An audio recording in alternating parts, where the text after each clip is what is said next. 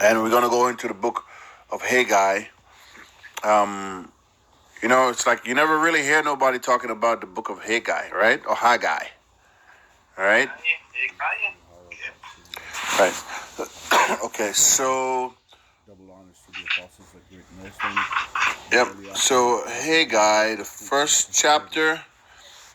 All right. So remember the last time we were in the book of First Esdras, we were talking about King Darius. We were talking about the Babylonian and the Persian Empire in terms of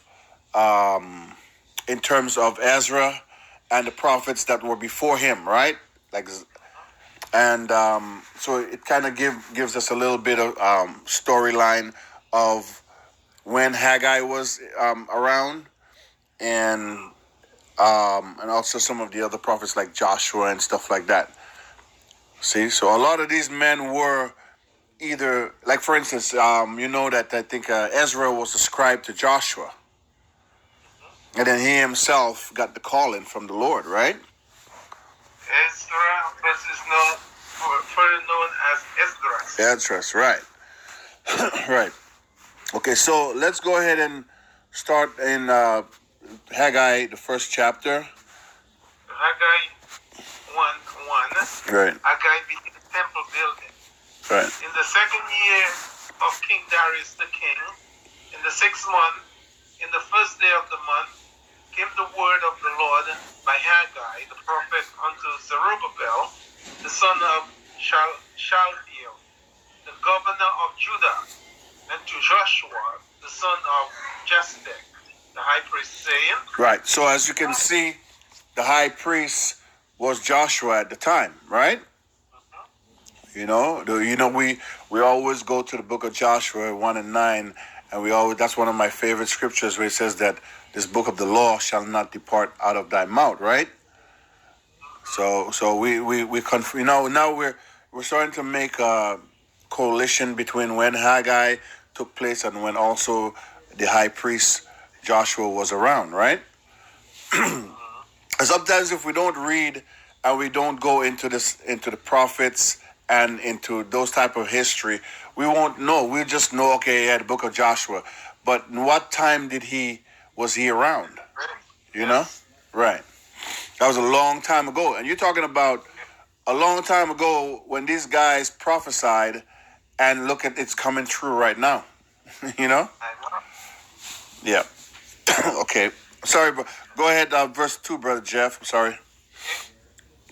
Thus speaketh the Lord of hosts, saying, these people say, the time is not come, and the time that the Lord's house shall be built. Right. So as you can see, we went over in Ezra.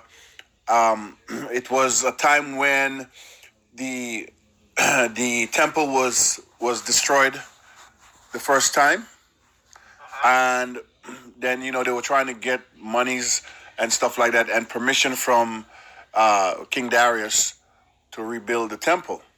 It always seems like the kings had a certain favor with wanting to help us build our temple, but it seems like the people who hated us was always trying at nothing but to stop us, right? Yep. Because remember, it talked about the Persian king Artaxerxes. He put in the notice for these things to happen, that that monies go to such and such a place or whatever for the temple to be built. And then we remember that we also had talk where the heathens wanted to help build that temple. And what did the prophet said and Ezra and them said at the time? We don't need your help. Yeah, we don't. I can't hear you, Brother Jeff. Yeah, because once the other nations get involved, it's gonna corrupt the thing. Right, exactly. I'm glad you said that. Right. And that's something Judah is supposed to do, or Israel is supposed to do. Right.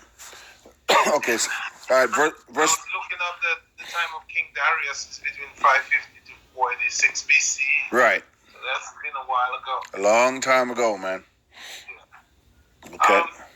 So Haggai 1:3. Right. Then came the word of the Lord by Haggai the prophet, saying, It is time for you, O ye, to dwell in your sealed houses, and this house lie waste. Right. Now therefore, thus saith the Lord of hosts, consider your ways. Ye have sown much, and bring in little. Ye eat, but ye have not enough. Ye drink, but ye have not filled with drink. Ye clothe you, but there is none warm. And he that earneth wages to put it into a bag. Okay, so if we go into the Deuteronomy 28, where can we find what this is talking about? That remember the Lord had put a curse on our people. Yeah, I was about to say that. Right? That's the curse. That's the curse. The definite curse. You know? Yeah. So all right, so verse 7. Yeah. Thus saith the Lord of hosts, consider your ways. Go up to the mountain and bring wood and build a house, and I will take pleasure in it, and I will be glorified, saith the Lord. So now the Lord is going to take pleasure. As long as he's not taking pleasure, we're going to be under the curse. Yeah. So, anybody else has anything to add? No. All right. So, verse 9. Ye looked for much, and lo, it came too little. And when ye brought it home, I did blow upon it. Why? Saith the Lord of hosts, because of mine house that is waste, and ye run every man unto his own house. Yeah, so you see what the Lord did is that he would cause calamities for him, right? Because they were so comfortable doing what they were doing as long as they had a roof over their head, right? Yes. But there was not a house built for the Lord. It's not as if the Lord needed that a physical house. You know what I mean? The earth is his footstool. No, earth is physical house. Right. So it's a meaning to something bigger, you know? Yes. Yeah. Verse 10. Therefore the heaven over you is stayed from dew, and the earth is stayed from her fruit. Right. That's one of the other disappointment. Right. Curse, because only with curse can that happen. Right. And call for a drought upon the land, and upon the mountains, and upon the corn, and upon the new wine, and upon the oil, and upon that which the ground bringeth forth, and upon men, and upon cattle, and upon the laborer of the hands. Right. Then Zerubbabel the son of Shealtiel, and Joshua the son of Josedek, the high priest, with all the remnant of the people, obeyed the voice of the Lord in power, and the words of Haggai the prophet, as the Lord their power had sent him. And the people did fear before the Lord. Then spake Haggai the Lord's messenger in the Lord's message unto the people, saying, I am with you, saith the Lord. Right. And the Lord stirred up the spirit of Zerubbabel the son of Shealtiel, governor of Judah, and the spirit of Joshua the son of Josedek, the high priest, and the spirit of all the remnant of the people, and they came and did work in the house of the Lord of hosts, their power. And you notice how before they wasn't doing what they were supposed to do, but you notice that the Lord himself stirred them up. Stirred them up, yes. You get the spirit to moving, right? Mm-hmm. So now how and come... he said the spirit of all the... Say that again? That's why it's specified a special word there. The spirit is stirred, and the spirit of all the remnant of All the remnant. Right. That's a very important word. Exactly. Yeah. Yeah. And they say, some people will still charge that. Well, they got free will. There's no free will, man. How can you have free will if the Lord stirred up their spirit? The only free will that exists is the will of the Most High. Exactly. Yeah. And He's the only one that has the free will. Right. Okay. Verse 15. In the 4th and 28th day of the 6th month, in the 2nd year of Darius the king. Right.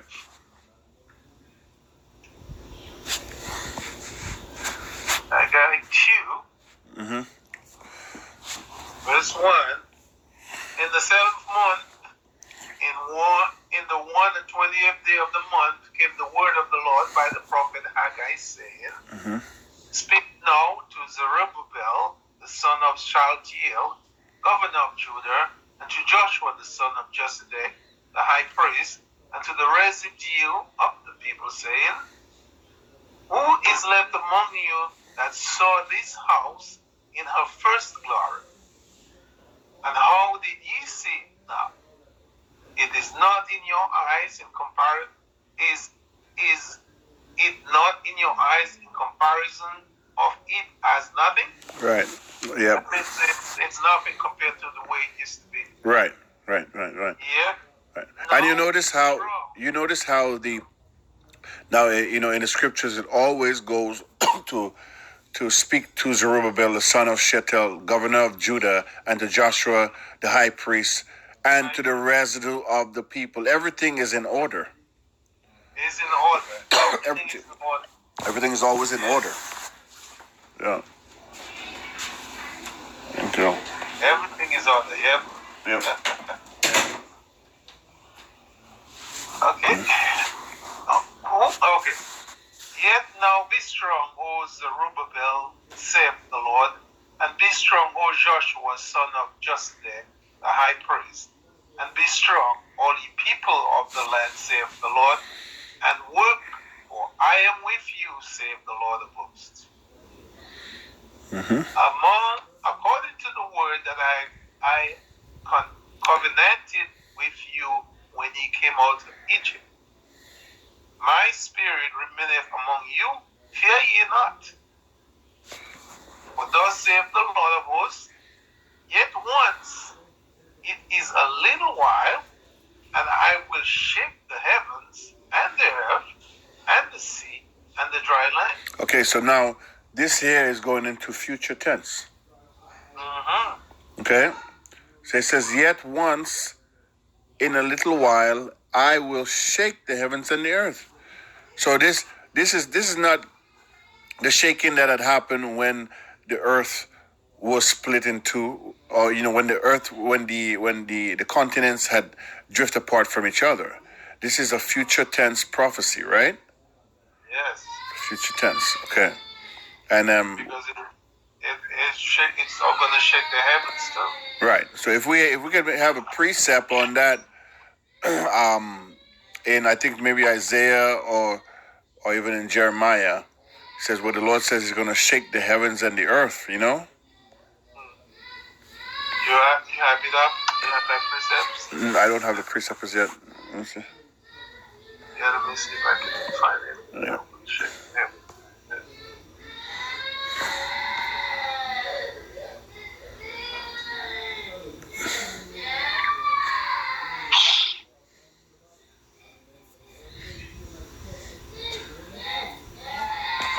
It's funny because as I pull up Yahoo, this is Haggai 2 and 6. I guess. No. We're in Haggai. We're looking for another one in Isaiah. Yeah, Isaiah or Ezekiel.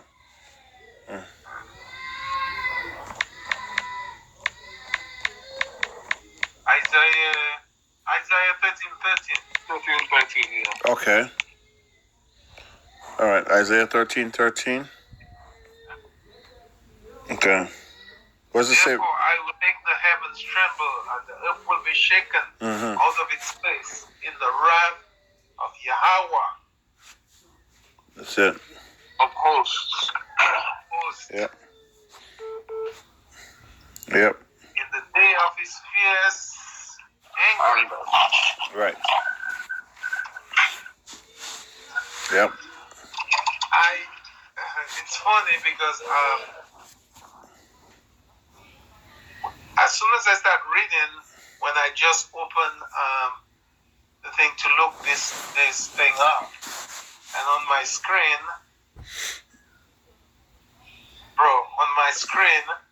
I have a big. What? Tell me if they don't listen to you.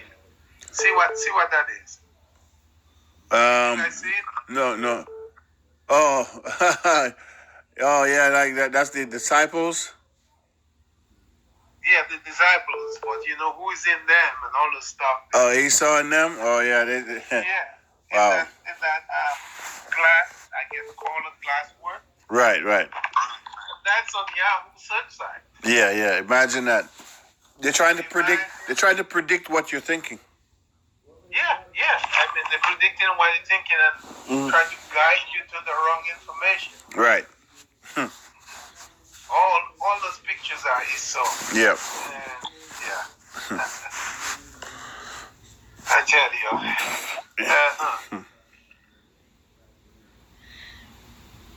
Let me see where I was. Verse 7. And I will shape all nations, and desire all nations shall come, and the desire of all nations shall come. And I will fill the house with glory, saith the Lord of hosts. That has never happened yet. That is not it. Yep. Exactly. Yep, he will, and yet once, and it's only once he's going to do that. Right. Yeah. The silver is mine, the gold is mine, saith the Lord of hosts. Okay. So give me that we shall eat the riches of the Gentiles, right? Shall eat the riches of the Gentile, and they're gonna bring their strength continually into our gates. Okay.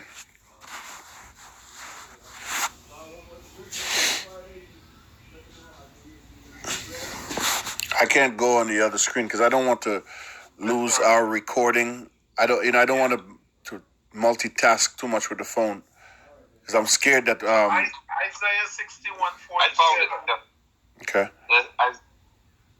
And ye shall eat the riches of the Gentiles, and in their glory ye shall boast. Boast, right. Instead of your shame, you shall have double honor. Right. And instead of confusion, they shall rejoice in their portion. Right. Therefore, their land they shall possess double. Everlasting joy shall be theirs. Right. Brother Michael, what did you have? Did you have anything about the silver and the gold? Well, I have another place where it says that also. Bring it. Isaiah 61:6. It says, "But ye shall be named the priests of the Lord Yahweh. Right. Men shall call you the ministers of our God, Right. Yahweh. Ye shall eat the riches of the Gentiles, and in their glory shall ye boast yourselves." Yes, same thing. Yep. Because remember, their job is to fetch all that silver and that gold underneath the ground all day, every day. Let me tell you that the Lord is miraculous and is wonderful to how He can make this earth. You could just keep digging and you just keep finding speckles of dust of gold and silver. You know what I mean? We are million years in, and it's like, oh my God, this mountain seems to not. It's just getting bigger and bigger. More and more gold. Hey, Yeah. let me read two more verses. After that, what I just read. Read it.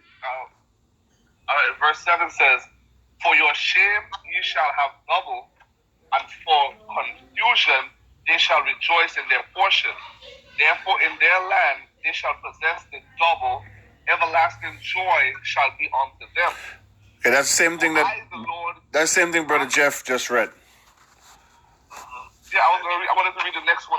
Verse 8. It says, "For I, the Lord, Yahweh, love judgment. Right. I hate robbery for burnt offering. Right. And I will direct their work in truth. Mm-hmm. And I will make an everlasting covenant with them." That's what I wanted to read. Sorry. Right. Yep. See, so that this Haggai, it's just going straight to the point. It's not even cutting corners, man. You know, it's not even cutting corners. Okay. Where are we? We're on No, verse 8. No, verse 9. 9. Okay.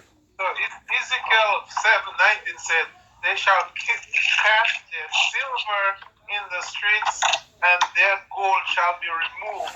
The silver and their gold shall not be able to deliver them In that in day. the day of the wrath of Right. God." That's right. That is so right. They're gonna give. Here's all the gold. Save us, but it's Right. shall not. All right, give me, brothers, give me this one. They have taken my gold and my. You see, what does it say? It says they have taken my silver and my gold and my goodly pleasant things. Taking my silver and gold. And my goodly pleasant things. That's, I think, is in the book of Psalms, if I'm not mistaken. And you know, we are considered his silver and his gold as well. That's And Joel 3 and 5. 3 and 5, okay. But that also goes into the actual silver and gold that was taken out of the temple. Yes. Yeah, but that's what it says. It says, Right. "Because ye have taken my silver and gold and have carried into your temples my goodly pleasant things." Right. Yeah. Yeah. Right. So and that's Joel what, brother? Joel 3, 5 and 5. Okay, cool. All praises to Yahweh Bashim Yahushai. Yeah. Okay, good precept. Good precept. All right. So where verse 9. The glory of this latter house shall be greater than the former, saith the Lord of hosts. And in this place I will give peace, saith the Lord of hosts. Right. And that has not happened yet. We're looking we're looking for it. Yep. And it's gonna be a place of glory, Yep. definitely. Yep. And a